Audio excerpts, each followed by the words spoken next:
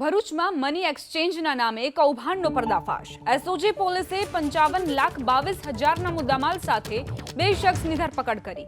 સાથે જ વિદેશી અને ભારતીય ચલણની નોટો જપ્ત કરવામાં આવી છે। સાથે જ આધાર કાર્ડ, ચૂંટણી કાર્ડ સહિતનો મુદ્દામાલ જપ્ત કરવામાં આવ્યો છે। તો મની એક્સચેન્જના નામે આખું કૌભાંડ આચરવામાં આવ્યું હતું અને લોકોને પણ છેતરપિંડીનો ભોગ બનવો પડતો હતો। વિદેશી અને ભારતીય ચલણની નોટો અત્યાર સુધી જપ્ત કરવામાં આવી છે। 55,22,000ના મુદ્દામાલ સાથે 2ની ધરપકડ।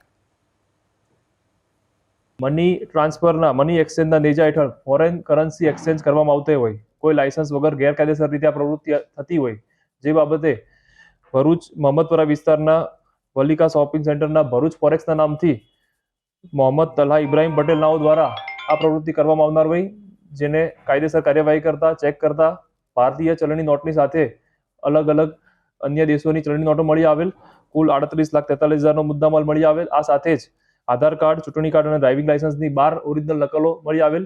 પાલેજ પોલીસ સ્ટેશન વિસ્તારમાં આઈક્રોસ કોમ્પ્લેક્સમાં એક્સપ્રેસ મની ટ્રાન્સફરના નામથી ટંકારિયા ગામના રહેવાસી મોહમ્મદ આરીફ યુનુસભાઈ પટેલ નાઓ દ્વારા પણ આ જ પ્રકારે ગેરકાયદેસર કૃત્ય કરવામાં આવતું હોય, ચેક કરતા 17,79,372નો મુદ્દામાલ એમને દુકાનમાંથી મળી આવેલ।